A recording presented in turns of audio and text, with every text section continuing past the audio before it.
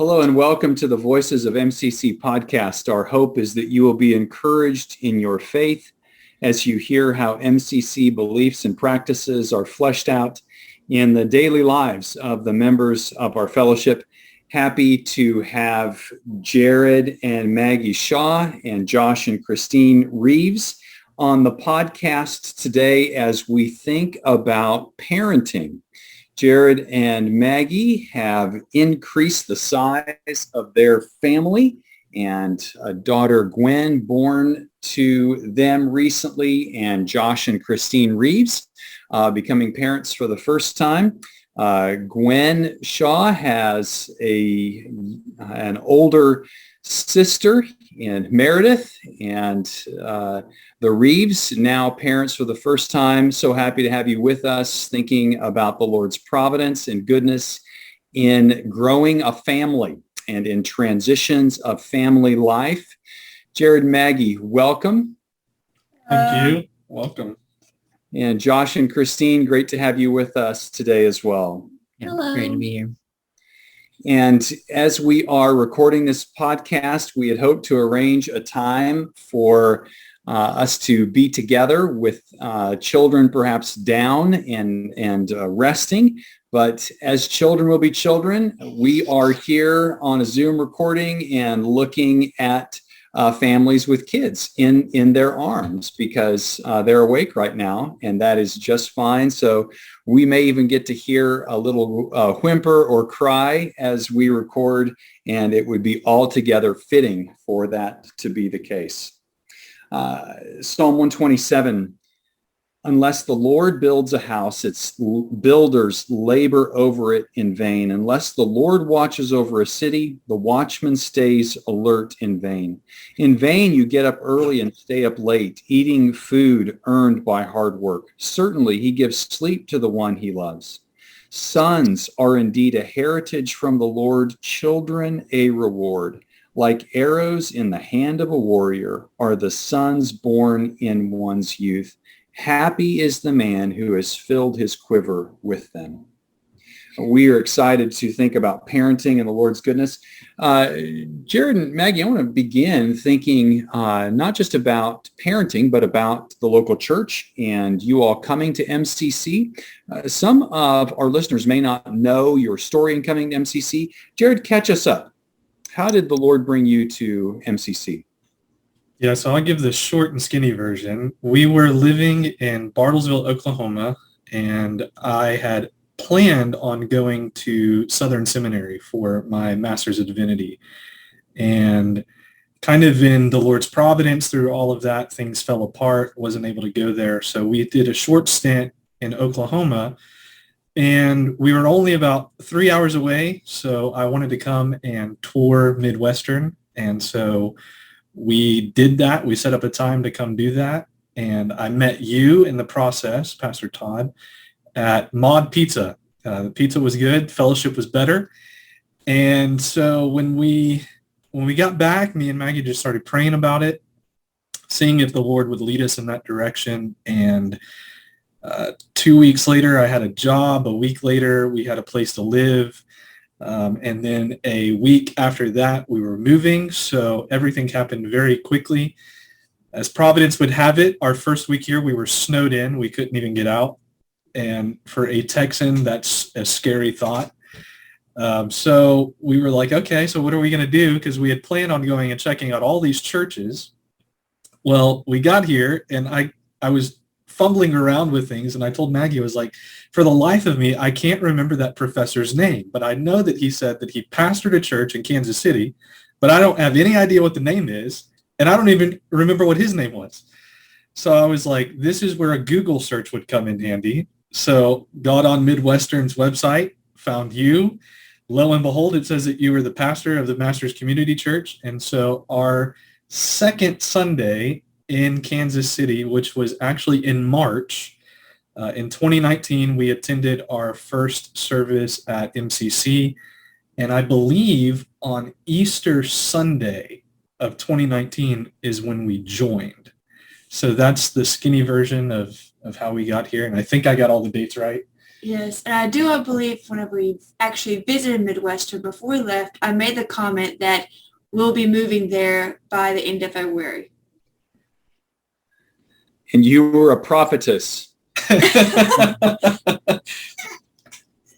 Well, I was very happy. And you're alive. I was very happy with everything. And I was very convicted of the fact of moving and coming to Kansas City, which for me was very different. I had never considered anywhere home since I left Arkansas. So it was a very big first for me to confirm that I felt that we needed to move.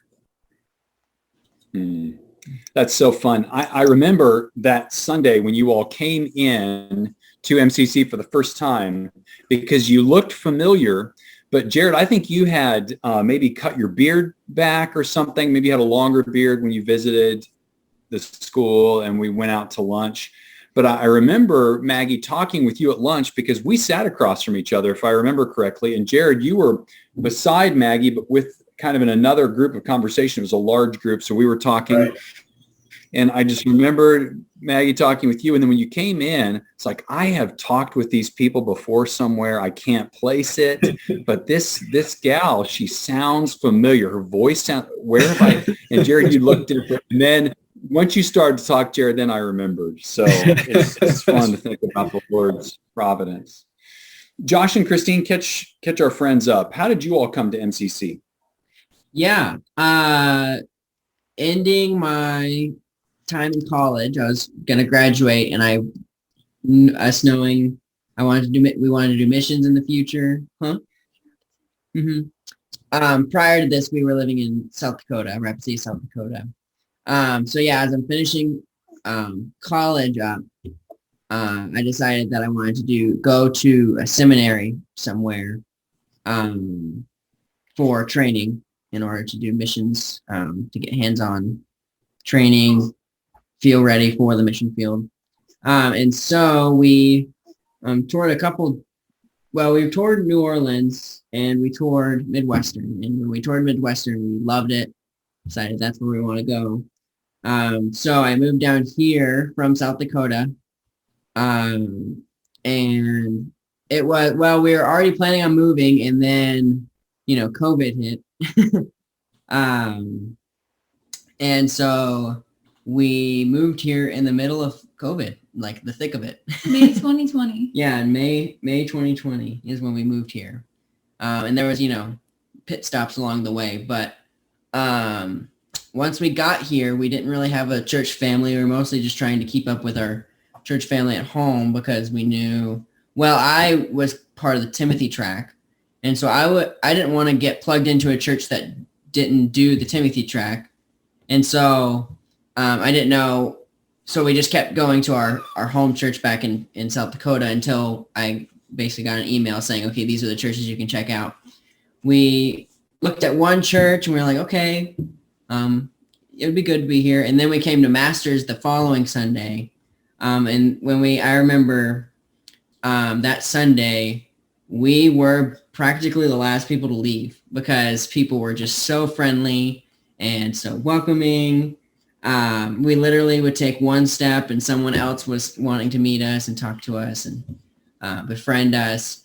And, at that time we knew no one in Kansas City. We had lived here for a few months and it was just me and Kristine and we don't know anyone here. I remember we would make comments about, when we're inside our house, it feels like home because we're with each other and our stuff's here. But as soon as we would step outside, it's like it didn't feel like home because we don't know anyone and it was just a new city.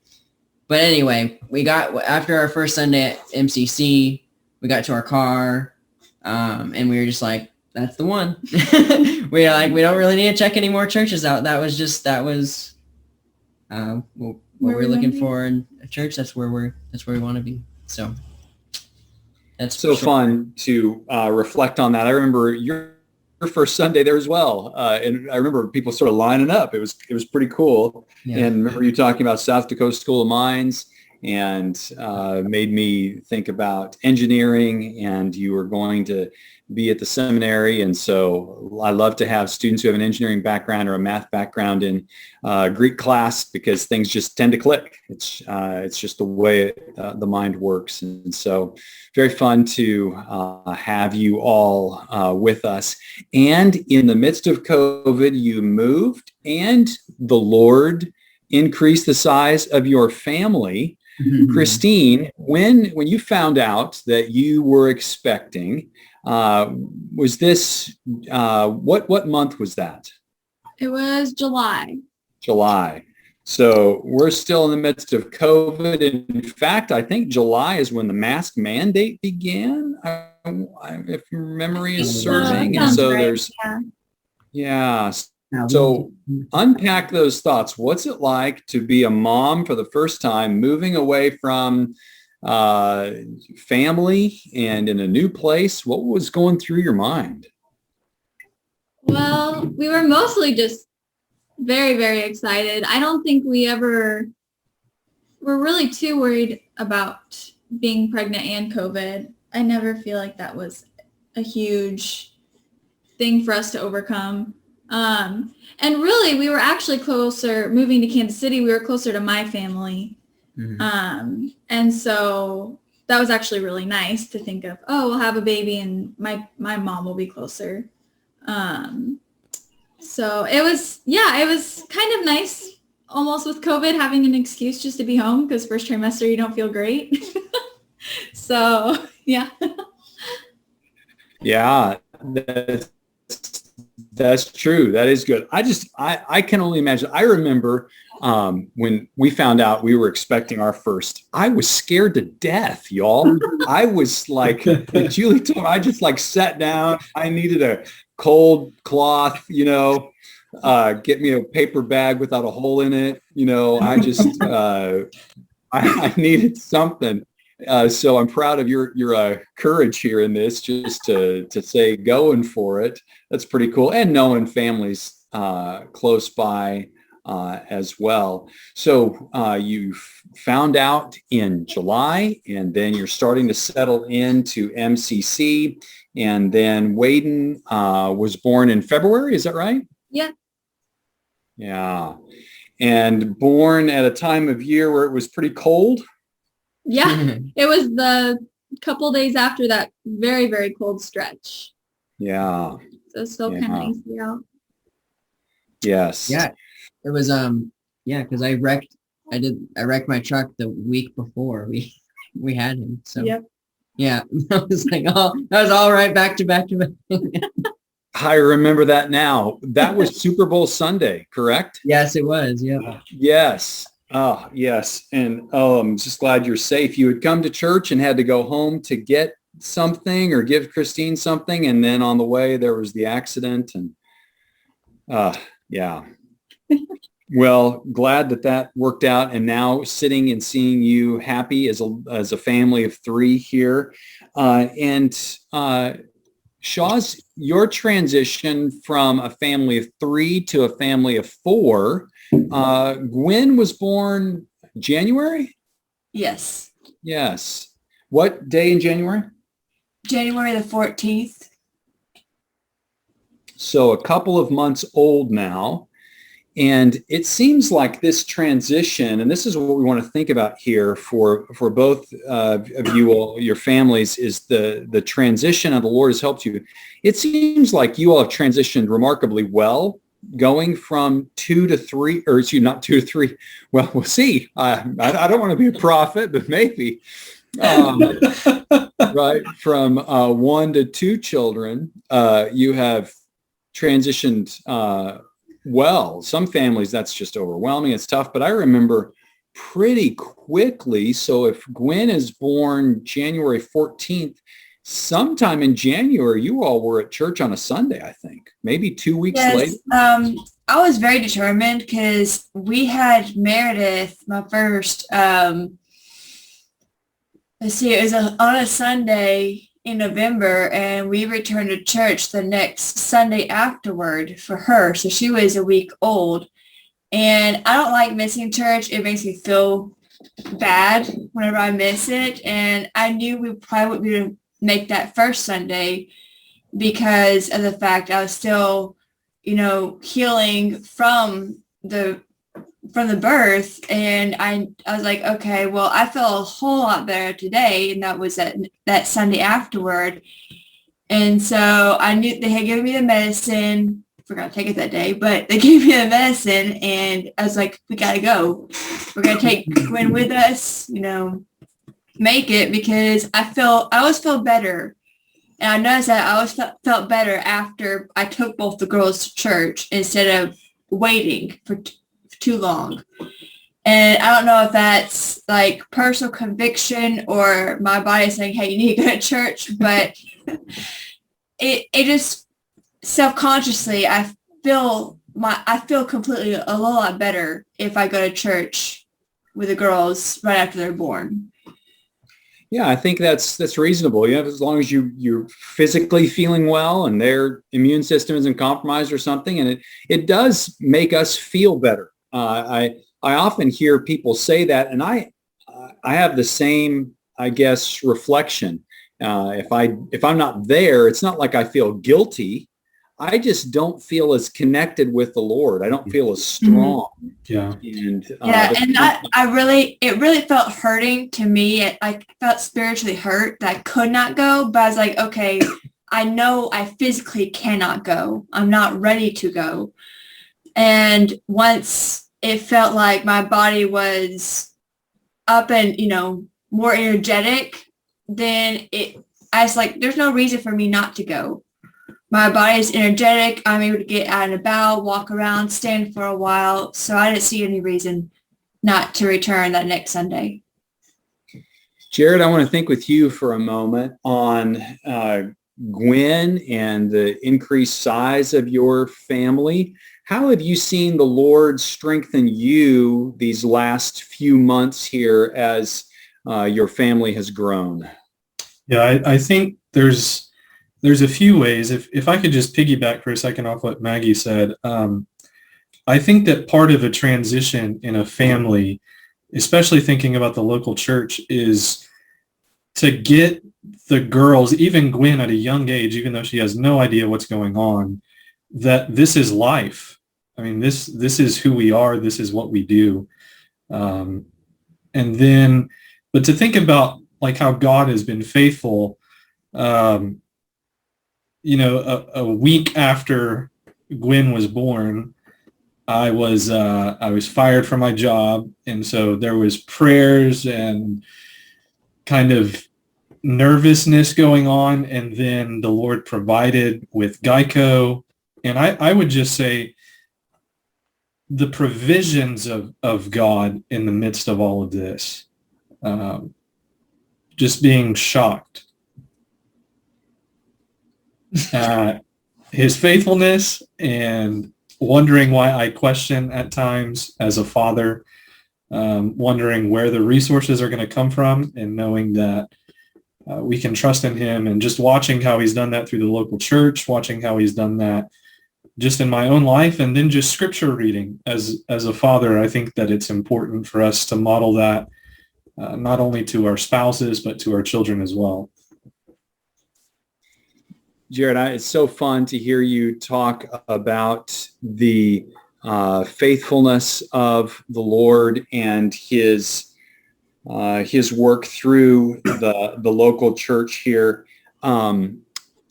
So Josh, thinking about the transition for you as a dad, we've heard from Jared, now thinking about your transition. What was that like for you in terms of moving to Kansas City, finding a church, finding a job after you finished your exam, and now you find out you're expecting? What was going on in your mind last July when all this was taking place for you all? July was when we found out the baby was, yeah.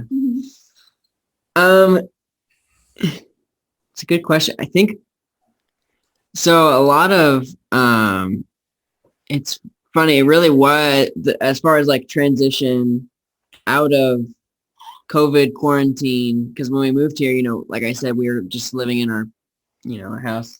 That's just where we were all the time. It's been slowly, ever from that moment on, slowly just adding more and more to the schedule to where we had literally no schedule back then, when we first moved here. And then getting into, I have a job now. Oh, now school's starting. Oh, we have a church now. Oh, and now we have a baby. So it's just kind of like layer after layer of things that have been added to the schedule. And so it's really just one big transition has just been figuring out how that all fits together cohesively. So God has been gracious in figuring out routines with Waden and him and doing well. But your specific question was about how I was thinking about the transitions and everything that was coming. Is that what you're asking as far as in July? Yeah, it's just when you found out there was so much obviously going on with transitions, and you find out that you're expecting as well. Yeah, and I think what was just talking about was on my mind as far as just how will we do the scheduling and get it all figured out. But I mean, for the most part, it was, we've had busy schedules in the past, and God has been gracious and helped us to figure things out. And so I think I had a pretty optimistic hope for what was to come. And so, yeah. That's great. It's been fun to see that transition in you now, and having Waden and putting the pieces together now with work and school and family. Maggie, thinking about the birth of Gwen, you now are the mother of two girls. You and Meredith seem like you had a very good relationship before Gwen was born. How has the birth of Gwen changed the dynamics at home for you and Meredith just along the way here these first couple of months? Well, when it first started, it was, she was still trying to get used to the idea of having a sister and having to share mom with someone else. And when it got to a little while later, you could see some of the jealousy considering I don't get to spend as much time with her. But I like to try to at least spend a little bit of time with her away from Gwyneth. So I usually put Gwen away. And so I've been able to notice that now she's more willing to help me out with Gwen. There's points where she wants to spend time on her own or just with me. But now she's like, I want to cuddle with my sister, or I want to cuddle with both of you. Can I please sit in the seat with you?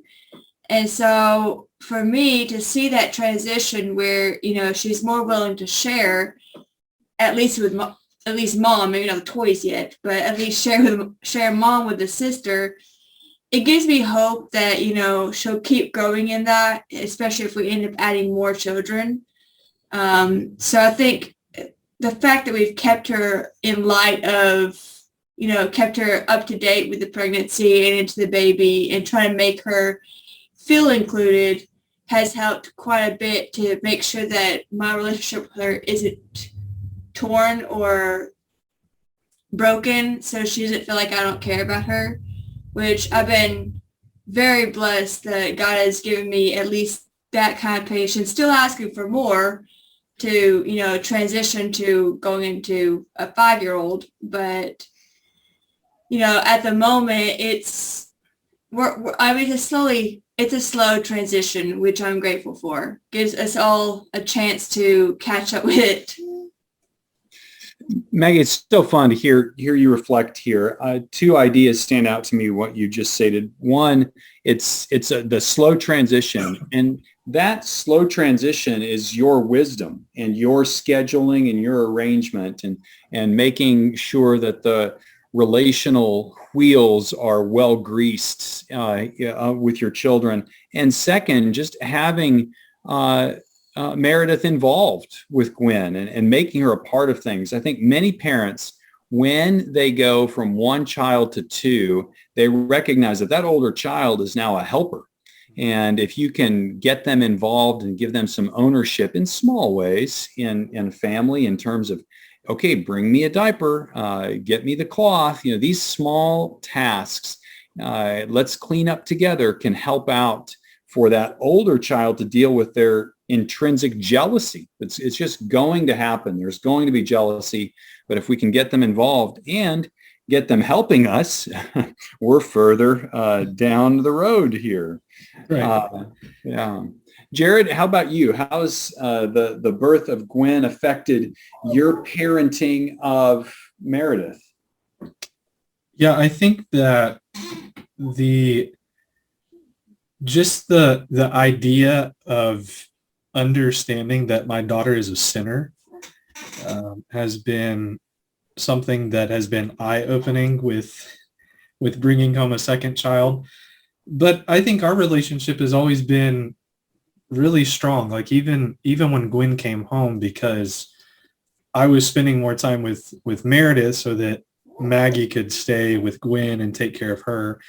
And so just the bonding moments that we got to share in, and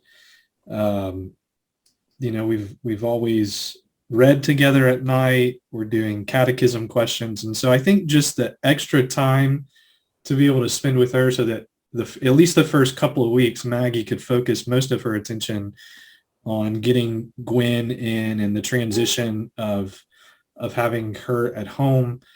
And I think that by at least one parent being able to designate a little more time to spend with the one that's also in transition, because she's used to being the only child, was really beneficial to her and really beneficial to me as a father, and understanding that these are girls that are growing up in an age where not only are they being told false things about women, but false things about men. And so I think to be able to have the privilege from God to be able to display what godly men look like, and to display that at a young age has really flourished our relationship. There's been times that it's been difficult to have another one in the home and to have to be the disciplinarian, so to speak. Those times are never fun, but like Maggie said, it's just been a slow transition for all of us, but a good transition, and the Lord's been faithful to us, and he's grown us a lot spiritually, and given us more wisdom and patience. And so I think that as I reflect on just the perspective from a father, that's what I would say.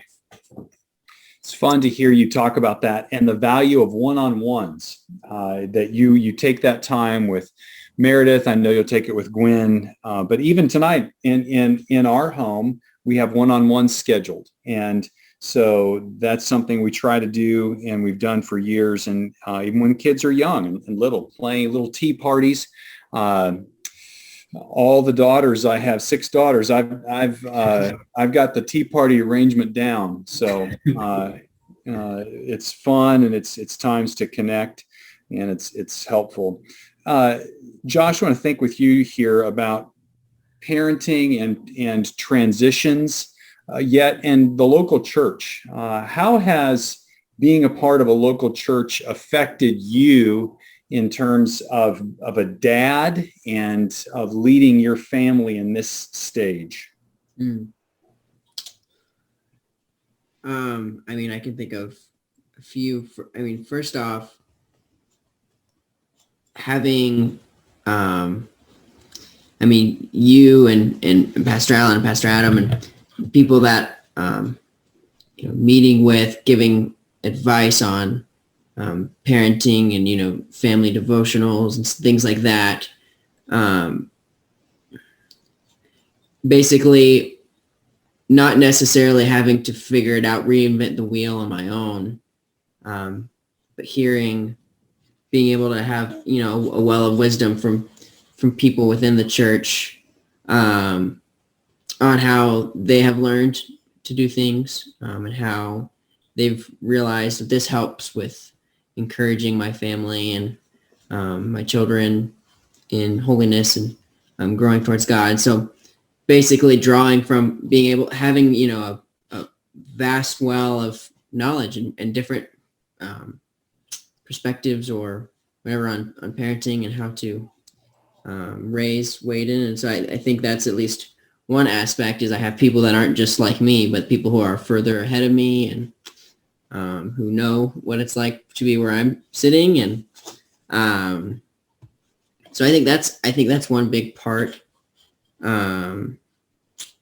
Another thing, just in thoughts of his future and growing up when he starts to understand what's going on, in church, understanding the sermon, understanding, maybe him being part of the children's ministry, things that we have. Just been thinking about that, how encouraging that is that that there's others that are going to be pouring into him for his salvation. And that's obviously my biggest hope for him is that he would trust in Christ too, personally, not because daddy says to, or, but, he has these people around him, the church around him, also pouring into him. So I'm praying that masters can be that for him as he grows up. Yeah. We look forward to that as well.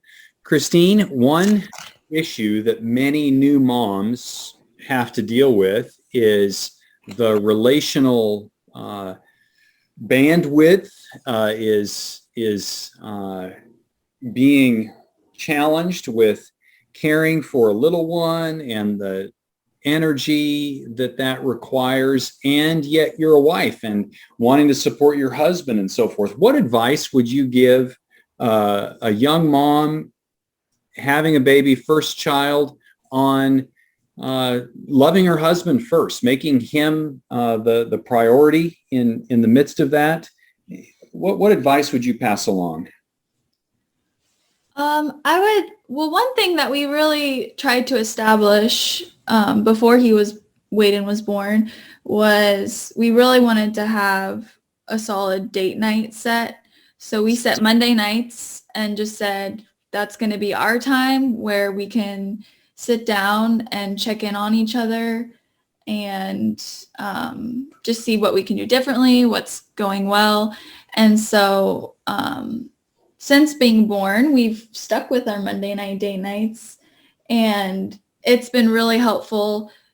And because with Waden, schedules are just, you come home, you feed him, you change his diaper, and then you do it all again. And you just kind of get lost in that. And so having the time set aside to actually check in on each other and has been really helpful, especially just with Josh being as busy as he is. It's been nice to know to be able to ask him hey, how are you doing with all this? Do you need me to do anything differently? Because I know you're at work all day and then you come home.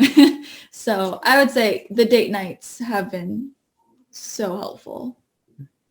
Yeah, I think that's something that a lot of couples find is more precious when they have children and the number of children increases to it's a date night. Maybe it's you can get out or even just being home. We're going to mark off this time for ourselves and make that a priority and let that be special. Jared, when you think about advice that you would give to a dad who is seeing his family grow, maybe from one child to two, what would you say? I would say first pray.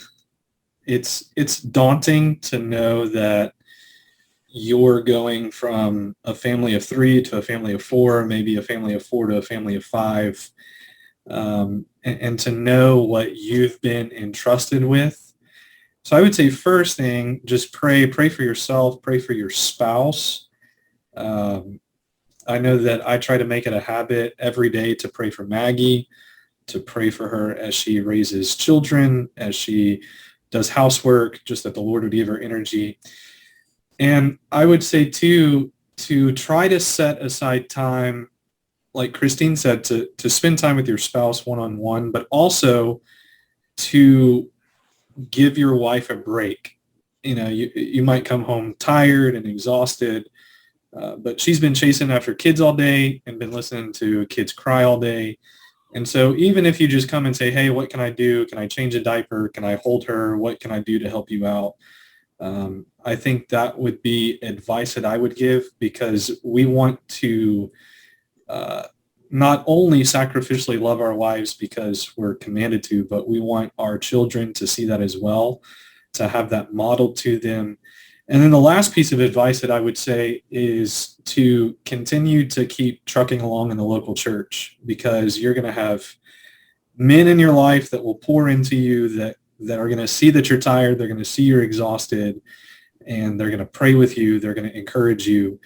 And there's a sense in which when men get together to discuss what it means to be a father and to have encouragement to one another in that end, that it gives you a sense of joy and pride in what you do as a father, and it gets you ready for the week. And so I think that those would just be the pieces of advice that I would give to fathers with growing families.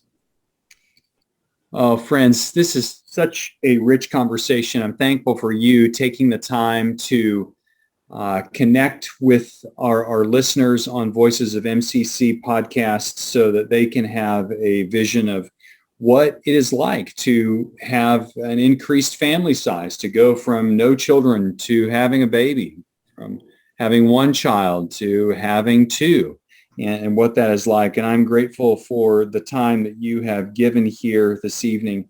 Your encouragement, your sharing, and now your advice as well, I think is going to be a blessing to folks. And I look forward to what the Lord is going to do in the years ahead. Perhaps we'll be back on Voices of MCC podcast a year or two, and maybe talking about more children.